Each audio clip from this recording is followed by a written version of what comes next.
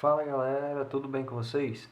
Vamos à resolução de mais um exercício contextualizado aqui na página 270, falando sobre transformações geométricas. A nossa questão de número 11 diz o seguinte, o Tangram é um quebra-cabeça chinês composto por 7 peças, sendo 5 triângulos, um quadrado e um paralelogramo.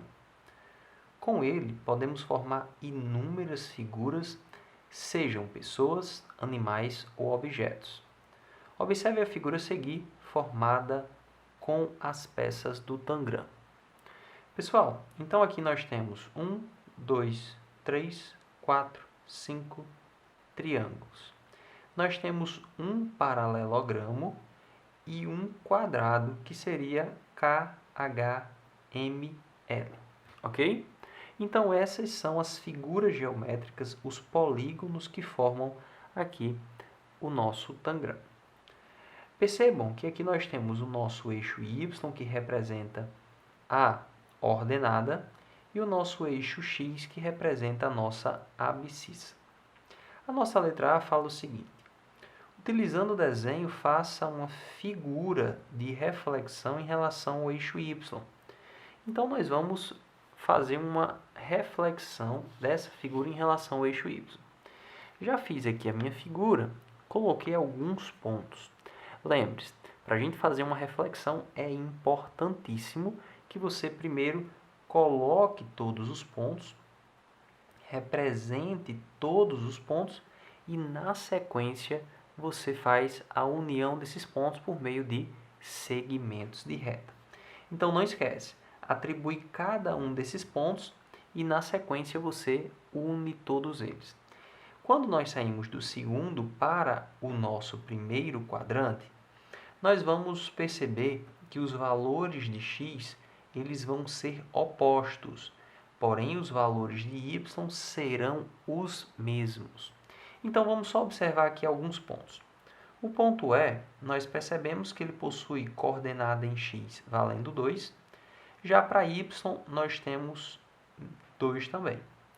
Já o ponto E, na figura original, nós percebemos que para o valor de x nós temos um valor negativo e para y o valor permanece o mesmo.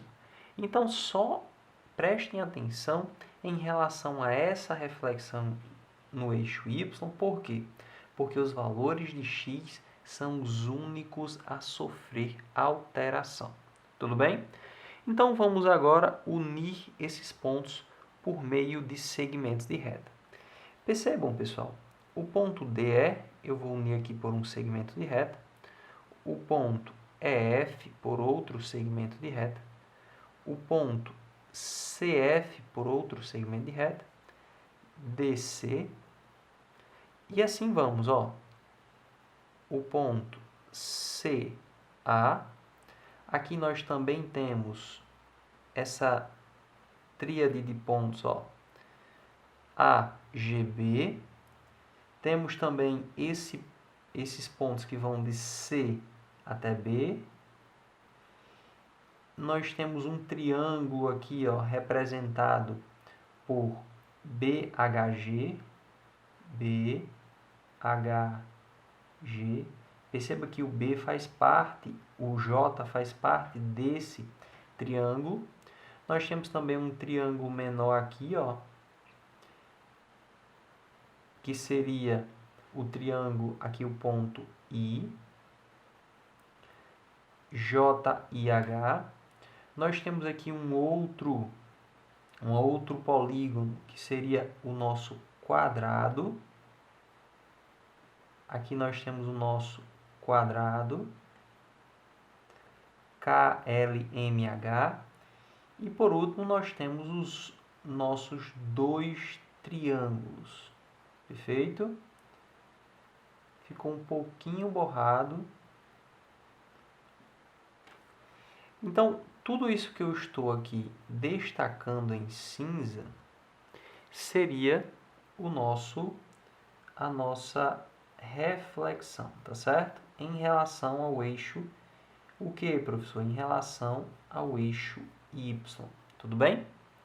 Então, aqui nós temos a nossa reflexão. Após você fazer a reflexão, você vai perceber uma coisa interessantíssima. O que, professor? Após você fazer essa reflexão, perceba, aqui nós temos a nossa figura. Agora, observem o que a letra B nos pede. Então, nós fizemos uma figura por meio da reflexão em relação ao eixo Y. E na nossa letra B ele diz, após a reflexão, qual dos polígonos acima é invariante, ou seja, a transformação de reflexão e translação geram a mesma figura. Então, qual foi o polígono que quando nós saímos aqui, dessa figura original para a nossa reflexão, qual foi o polígono que permaneceu a mesma coisa? Não sofreu alteração nenhuma, nem de rotação, apenas você percebe que ele se repetiu. Percebam, os triângulos eles invertem, todos eles, né? Mas, professor, uma coisa que não muda é o nosso quadrado.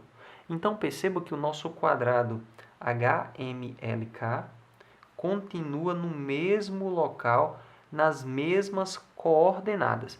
Ele não sofre nenhuma alteração de coordenada.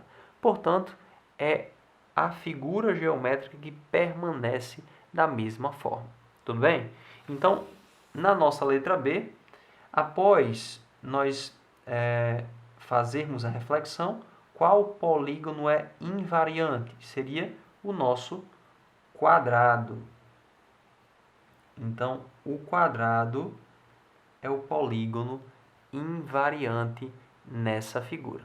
Tudo certo? Espero que vocês tenham compreendido. Bons estudos. Até a próxima, pessoal!